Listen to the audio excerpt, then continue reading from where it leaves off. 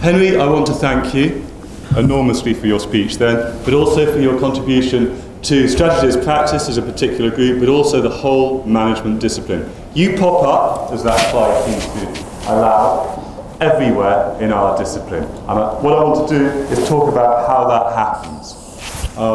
You're a big part, particularly in my life. I get a message from Henry every week.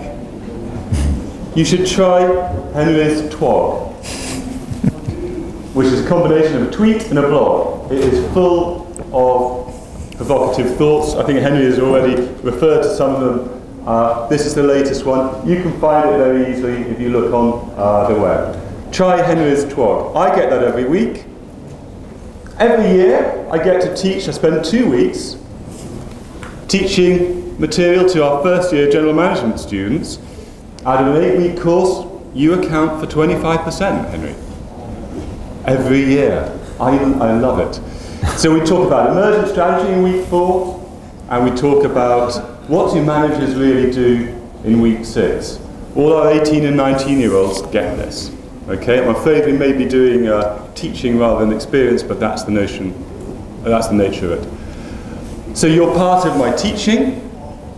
You're also unexpectedly part of my research. I showed you this, didn't I, a few months ago. I was sitting quietly in a library in an archive in Delaware, looking through the General Electric archives, and what do I find? I hope you can see this. A letter from General Electric way back in the 1980s, inviting Henry to be involved in a major reorganisation of General Electric. I don't think it went very far, but I did find all sorts of really weird diagrams in this archive, which were trying to translate Henry's ideas into a rather uptight, conventional organisation that General Electric was in the 1980s. So I get back home, having said, oh, there's Henry, he made an impact. Back home in the UK, I'm in the Shell archives. And what do I find? Major internal review, major moment of self-doubt in Shell's corporate planning department. They had a conversation with Henry, probably shouldn't have, it kept them awake at night. But they produced a document, amongst other things, as you may be able to see, which is about emergent strategy in Shell. I think that's important, and that relates to the theme that I want to develop in a moment. Henry was making an impact on practice, real practice, on large corporations such as General Electric and Shell. They grappled with his ideas, not wholly successfully, but they took his ideas seriously. And that's very important. For us in strategy as practice, as a particular field, Henry has made some very particular impacts. I'm going to touch on 3. I think you can see there the nature of managerial work, which incidentally is, I think, had about 8,000 or 9,000 Google citations. That's not bad. Managers, not MBAs, which Henry's already referred to, which has had over 2,000. And then The Rise and Fall of Strategic Planning, a controversial book, a provocative book, and exactly what one would expect of Henry, which I think has had about 7,000 citations as well. So these are hugely impactful and influential works. They're not, incidentally, even his most important work in terms of Google citations. Your book on organisations is. Yeah, that's true. By some measure. But these are ones which are particularly relevant, I think, to strategy as practice. And I'll just explain why. Because they fit very nicely around our concepts of praxis, the actual work of strategizing, the work that people do when they're making, formulating and implementing strategies. Essentially concerned with practitioners, the workers of strategizing, i.e. very closely with managers, not MBAs. Did you notice how impassioned Henry was about teaching?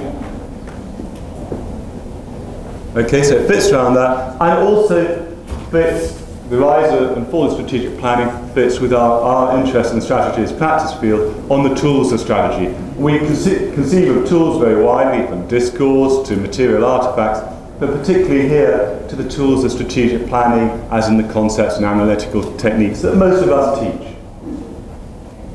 And Henry's headline there with strategic planning has fallen. But there's a lot of nuance in that book, and just as there was today, there's a much more balanced picture inside that book than on the front cover, I think. And we might explore that. I hope I got you right. I think so. Okay. Okay, so let me say that these three books are still agenda setting for the strategy as practice and wider research field. And I shall explain why I think they are under each of those three categories: practice, practitioners, and practices.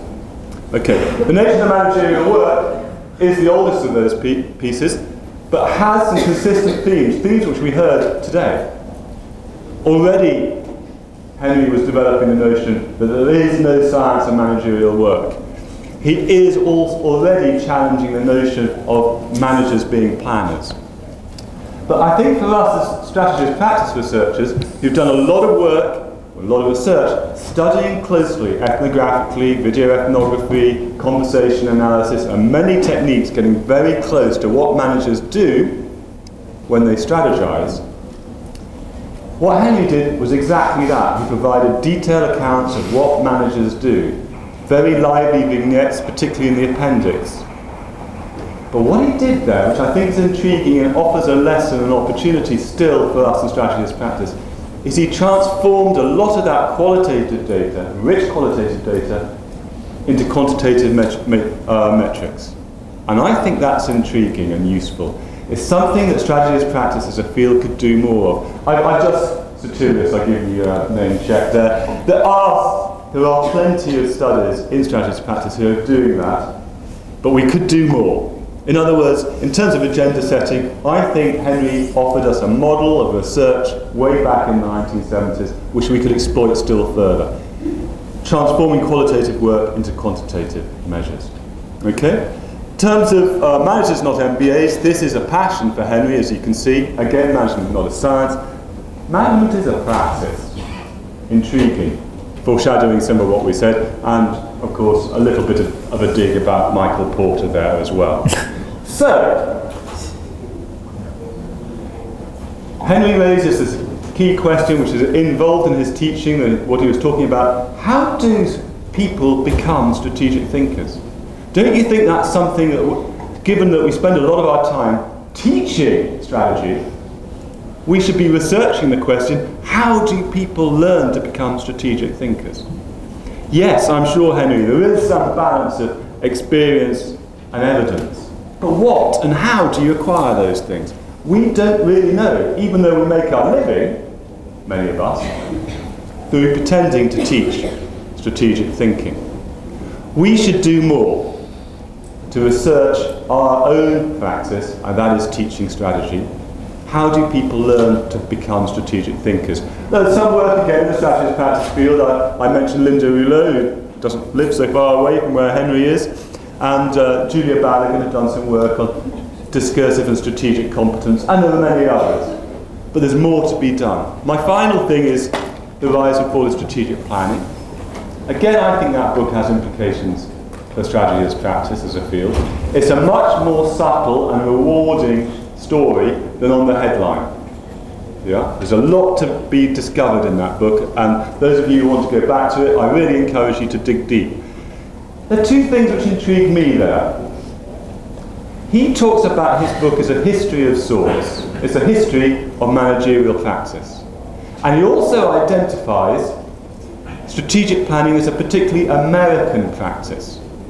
Now that was okay in the 60s and 70s when America was the model. Not so clearly now. There are many diverse sorts of societies, sets of institutions, economies, where strategic planning out in the American mode may not work so well. So my argument here, my query would be this. Shouldn't we be doing, in the strategy as practice field, more work on the history of strategy and strategic planning as a practice, to understand where it's come from in order to get some insight into where it might go and to help nudge it in appropriate directions, perhaps. And we should do more comparative institutional sociology, perhaps, saying it's an American phenomenon as taught in most of our classes. How does that work in other societies?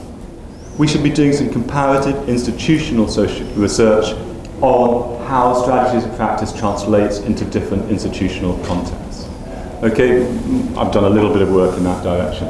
So what I'm saying here is on all three, praxis, practitioners, and practices, Henry still has a great deal to offer us. He offers deep resources to inspire and continue to inspire our work. And for that, Henry, I'm extremely thankful. So thank you, Henry, from all in SAP, and I think many more others.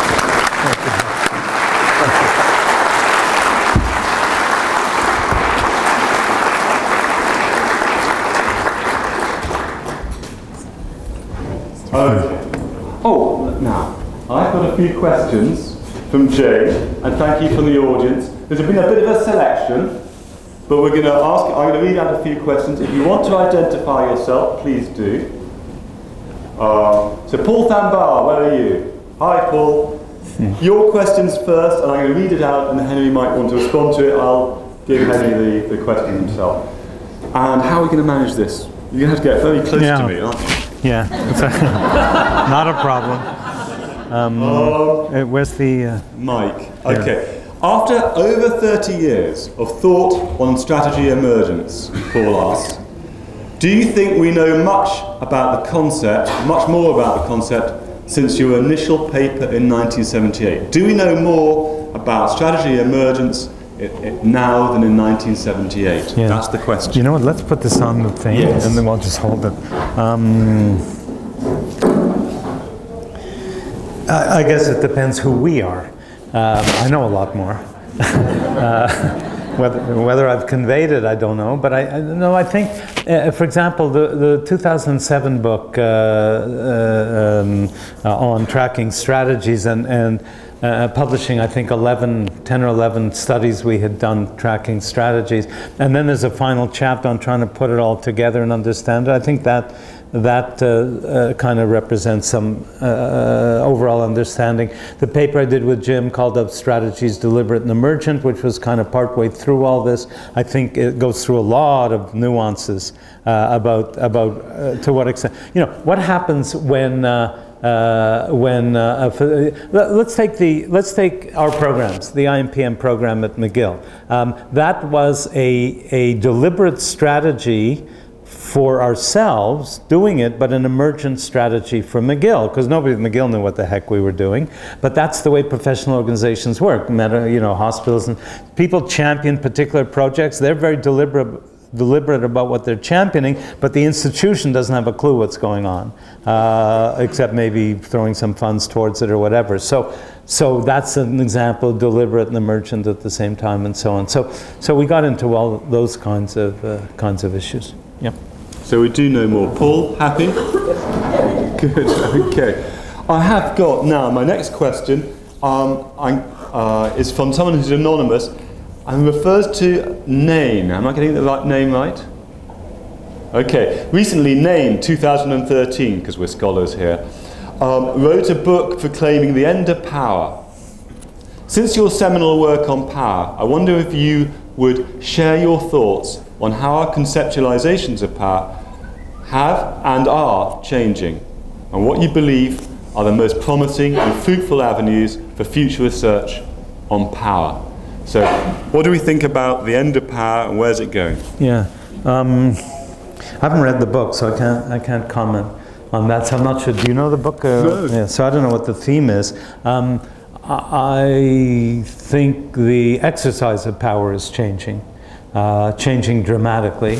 My biggest concern is a globalization. You know, John Kenneth Galbraith, a good Canadian, wrote a book about countervailing powers many years ago, a totally forgotten book. And his point was that unions rise up when corporations rise up to countervail the power of corporations. Well, there's no countervailing power to globalization, to corporate globalization, to business globalization. There's nothing that countervails, I guess, it. And the situation is extremely dire. If you read what's going on with these trade tribunals, Philip Morris trying to destroy legislation in very poor countries that's trying to stop women from smoking and doing the same thing that we did in Western countries years ago with packaging and so on. And Philip Morris suing those companies by using these trade pact tribunals. Just horrible stuff. There was an item in the Canadian News the other day about a particular pharmaceutical that very few people need, but they will die without it, and they need it for the rest of their lives. And the company that developed it is charging $700,000 a year to use that pharmaceutical. The estimate is that it's maybe costing them $700 a year, and probably less. So they're marking it up by a factor of 1,000. If you think that's shocking enough, the company hires public relations companies to work with the families, unbeknownst to the family that they're being paid by the pharmaceutical company, to lobby the public healthcare system to pay for these people's treatments. So they'll take a really cute kid who's got this illness, and they'll use all kinds of ads and publicity basically saying to the government, how can you let this child die? So the government's acquiesce, $700,000 per patient per year, goes out of the healthcare budget, which means it goes out of things. And the issue is not that that child should be kept alive. The issue is that a company is pocketing unbelievable profits for doing this. This is what's going on in the world today, and we are inundated with it. So don't talk to me about corporate social responsibility. I'm all in favor of corporate social responsibility, but you know what? I wish Walmart would pay its people properly and stop talking about how green it is. I would be happy if Walmart ceased to be green and started paying its people so that they can live without government handouts. That's the world we're living in today, and that's what we've got to face. So power and the exercise of power is changing dramatically for the worse. Whether our concepts of power are changing, I can't say. Okay, so I'm going to reshuffle the question slightly, because I'm going to take one which immediately follows that, I think. And that would be, again, if somebody would like to acknowledge the question, it's a nice one. What would you concretely suggest we do to stop world destruction? In about 1 minute. And, because it's you, is it? You must be a tough teacher, because you don't just stop there. You say, please give examples.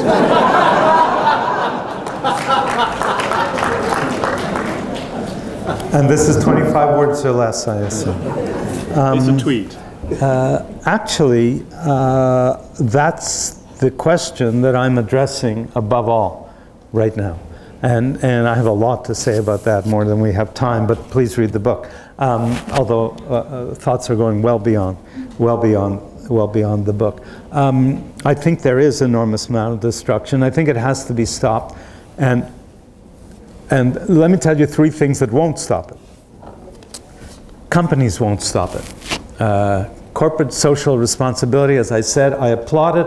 We need more of it. It will not stop it, because it will not make up for the corporate social irresponsibility that we're facing more and more and more. And it's accelerating well beyond the corporate social responsibility. We need a lot more corporate social responsibility, but we need to deal with the corporate social irresponsibility. Governments won't do it because they are utterly co-opted by private forces, whether it's domestically, by interests that are buying them in elections, legally usually, or globalization, as I mentioned a minute ago, that is unstoppable as long as there are no international agencies. The World Trade Organization and the IMF are cheerleaders for globalization. They're not constrainers of the worst sides of globalization. They may be trying to do more, but it's not happening. I think the answer lies in what I call the plural sector, which are the call it civil society if you like, the non-business, non-government part of the world, and that's everybody. We may work in businesses, we may vote for governments, but we all live in communities in the plural sector, and that's where it's going to happen. But what's happening in that sector are some protests which go nowhere, like I think have not gone very far, like Tahrir Square, which backfired on itself in Cairo, or Occupy Wall Street. The object wasn't to occupy Wall Street. The object was to go straight to Goldman Sachs and say, you're not going to keep getting away with this aluminum kind of business you're doing. But there are social initiatives. There's a book by Hawkins talks about 1 million social initiatives in the world, whether it's a Meals on Wheels program or something to educate kids on Saturday morning. There are huge numbers of initiatives. Everyone in this room is either personally involved or knows about it or whatever. And it's wonderful, and it's having an enormous effect on all kinds of people in disadvantaged situations. But while that's going on, the march to imbalance is accelerating. It's accelerating. And those social initiatives alone are not going to stop it. So what's going to stop it? What's going to stop it is if we can figure out how to consolidate the efforts of the plural sector so that people can make their impact felt in some kind of consolidated way. And of course, that's what happened in India when the salt marches started. And if Gandhi didn't do it, India would have invented or found somebody else to do it. Eventually, they would have thrown the yoke of British colonization off their backs, the way the Americans likewise did so 2 centuries. How did the Canadians do? Canadians actually did it in a perfectly Canadian way. Somebody said about Canada, everything in moderation, including moderation. We did, by that, I don't know, we just kind of slipped into it. We didn't have revolution here.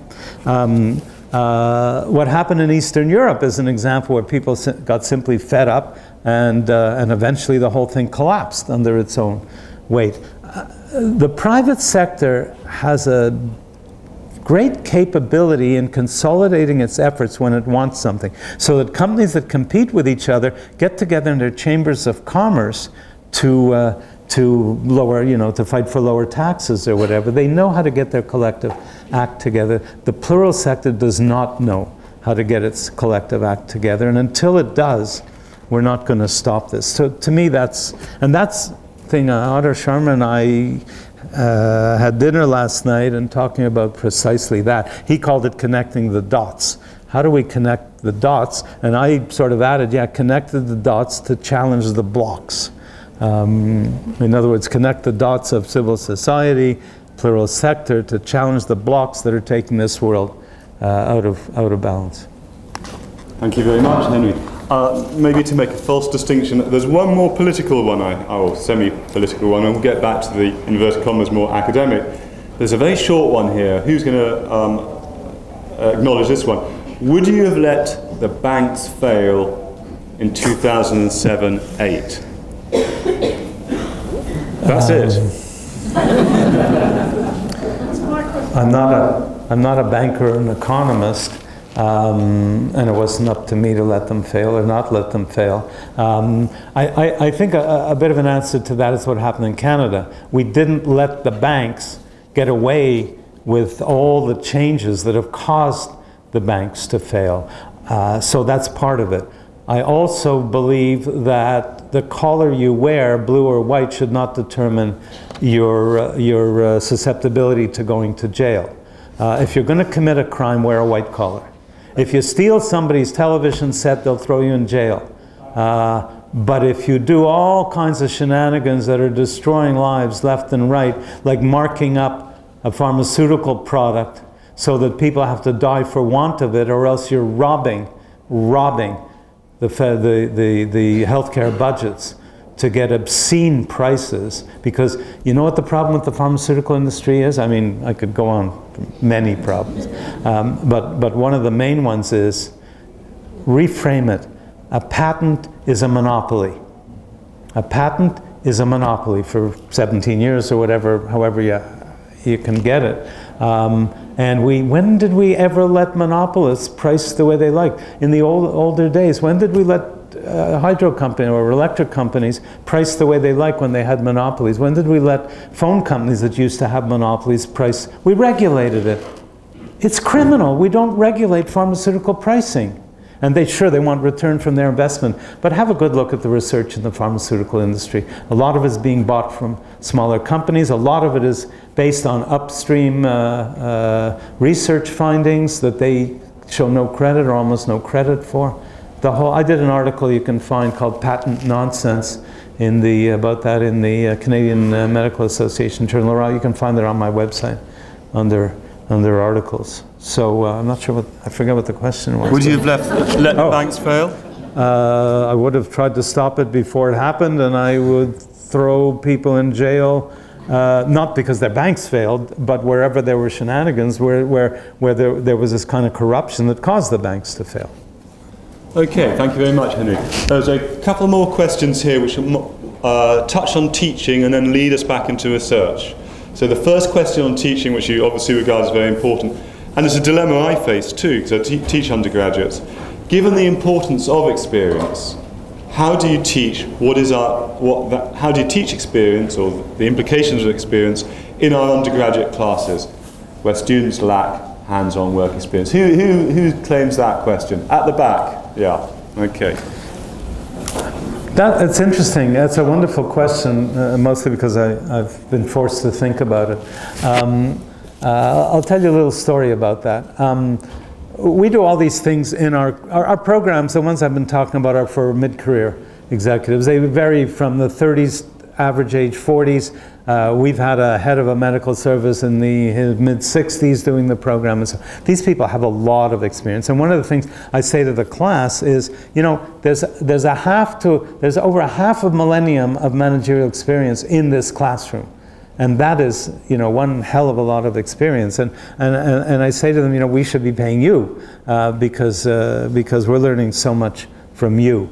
And so then at McGill, they kind of like all the different things we're doing, and so people are running our MBA program. We have an EMBA program that's modeled after these other programs with HEC Montréal, and it's very similar to the others, but we have a regular MBA program that they adapted and changed and modernized and so on, and they decided to pick up some of the things we're doing in our program. So they decided to do managerial reflections, not managerial, but reflections, where they would reflect on experience the way we do in our programs. And I thought, well, all right, well, we'll see what's happening. I'm not sure what experience you got. And then they turned around and said, and guess what, Henry, you're going to teach it.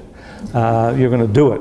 And I thought, you gods. Anyway, it's kind of an interesting challenge. How do I do reflections with, 23, 24-year-olds, 80 of them? And then I thought, for starters, look, they have experience. They may not have managerial experience. We can't reflect on managing, but they have experience. So I sat down in a class with them at round tables to do our usual thing, reflect personally, then share around the tables, and then we'll bring it into plenary. And I thought, well, let's tap their own experience. So they happen to have 2 modules in the program up to that point. One is Nancy Adler doing something on leadership, and the other was something on accounting and finance and all that. And I said, look, you've just been seeing 2 very different perspectives on business practice. So why don't you reflect on the differences and what it means and sort of what you can learn from it and what you can make out of it. So I tapped their experience. Well, there are a lot of managerial skills that young people bring to class too. For example, the skill to negotiate. You know, they've negotiated to buy things or negotiate with each other. A lot of them have leadership experience in sports teams and so on. So they're bringing experience, and the answer to your question is tap the experiences they've got and do this idea. What we did with the plenary, when you got 80 people, how do you do a plenary, is we used an idea that Dave Ulrich once used in one of our classes, and he said, point to someone at your table who had a really good idea, and then you grab the first 5 people who are pointed to, you bring them up, and they talk about kind of what they did. Another thing we do in the program, by the way, is sometimes we'll bring people up and put them in a fishbowl. They'll sit together. Let me back up. When we have morning reflections, occasionally we'll have one person sit with their back to the table. And they're not allowed to talk, but they listen. And then when we do the debrief of the morning activity, they come up and sit in the middle and talk about what they heard. It's quite interesting because they're not talking about what they think or their ideas, they're talking about the best ideas they heard at the table. And then we have something we call rolling in, rolling out, where anyone, after they've had their say, anyone can tap them on the shoulder, replace them. So we have this kind of running discussion, running commentary. And one of my blogs was called Sitting for Learning, actually with Jonathan Gosling, who came up with a lot of these ideas. And so you can look at that on the blog, Sitting as Learning. Okay, thank you very much, Henry. There's a question which you may be to a certain extent anticipated by what you said a moment ago, but you might want to develop further. It's again about teaching. Given our, that is academics, obsession with analysis, how do or could we focus more on encouraging synthesis? Whose question was that? Thank you. So how could we do more to focus on synthesis? I presume either in teaching or research? And it's an academic problem, the analysis. It's a very interesting question. I've thought about it a bit. I have some thoughts about synthesis, which is that it doesn't exist in the sense that we never get there. We'd never know even if we did. In other words, what's synthesis? We're constantly trying to synthesize, and we're trying to get closer and closer, but we never quite know. And we don't know what it is. And I don't think we teach synthesis. We can exhibit it if we have it in our own capabilities, and we can also encourage things in the classroom that lead to it. Our morning reflections is our synthesis in the program. Warren Bennis did an article in the Harvard Business Review with someone else, Jim O'Toole or someone I can't remember, some years ago, where he talked about how can we teach synthesis, how can we give them the big picture, and I disagree. We can't give anybody, I can't give anybody the big picture. They've got to find it for themselves. What we can do is create the situation where they'll get closer to it themselves. And what we do in our programs is these morning reflections. It's a religious ritual. We don't quite cross ourselves when we do it, but it's a religious ritual in our program in the sense that it happens every single morning, and if we miss a morning, we hear about it. So every morning, first thing, they sit down, they write in their insight books. We call it an insight book. It's empty, and they just reflections on yesterday, on things that are bothering them, on anything that relates to their learning. Then they discuss it around the table for 15-20 minutes, and then we go into plenary. And that discussion, the plenaries are wonderful. We sit often, not always, we sit in a great big circle and we just kick ideas around.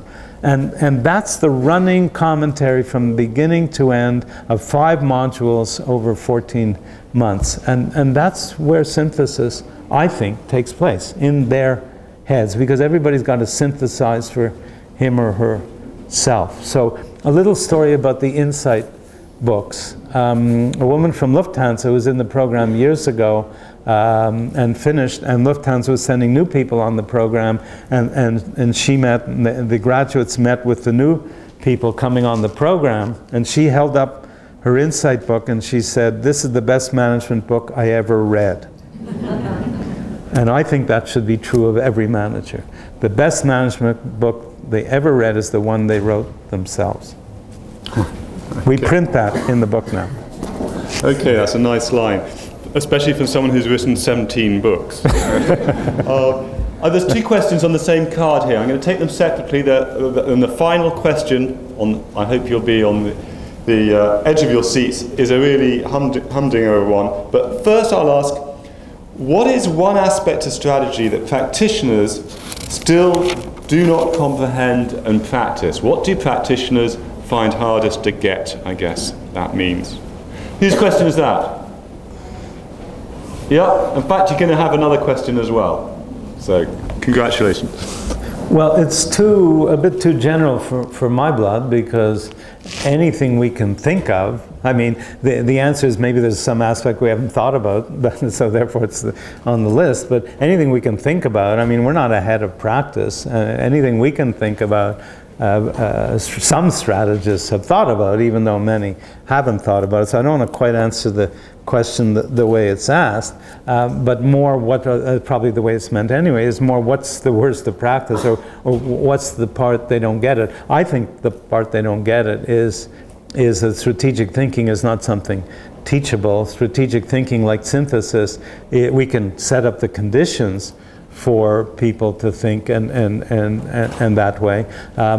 but some people have it and some people don't. So that whoever it was, and I don't know if it was the worker at IKEA or somebody near him, said, you know, gee, if we have to do it, so do our customers. Now, I'll give you another story of something that changed the world in ways that have been astronomical. One little event that changed the world astronomically, and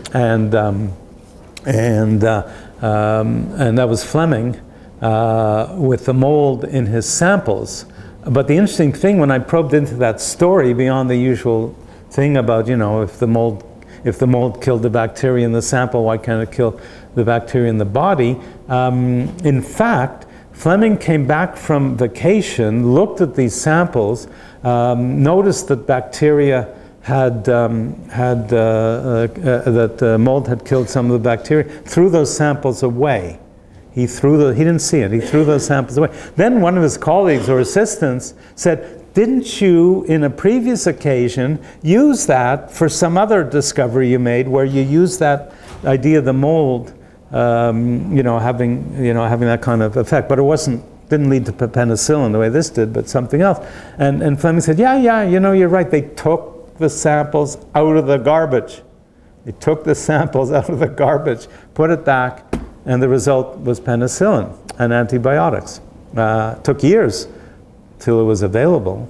So what made Fleming such a genius? That little switch of, you know, that little switch from seeing it one way, oh damn, the bacteria killed, the mold killed the bacteria, to seeing another way, like, wait a minute, we can use that. That's not like Tchaikovsky writing the violin concerto. That's spectacular creativity. What Fleming did was a very little switch, just a very little switch. Of course, he missed it the first time, and eventually got it. Now Fleming, you know, pursued it and deserves all the credit he gets, but that's what real creativity is about. It's not about, you know, the wrong way to put it. There are two kinds of creativity. There's this spontaneous, spectacular creativity, like writing, no, it's not spontaneous, but, well, Guernica, am I pronouncing it right? The Picasso painting was done in a day and a half or 2 days or something. But there's this spectacular synthesized creativity. But then there's this little bit of creativity, just switches it around, like, gee, if we have to take the legs off, maybe they do too. This guy doesn't go down in history as one of the great geniuses of creativity, but he changed the furniture business, or at least people in the company, including the founder of the company who agreed to it, changed the furniture business dramatically.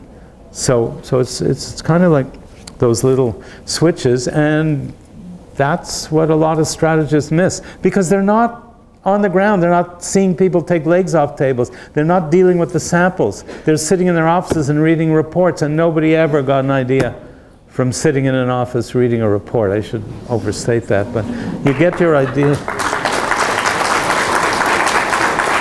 You get your, just one last comment. You get, I was just going to say, you get your ideas by being on the ground, by having your sleeves rolled up, by seeing what's going on.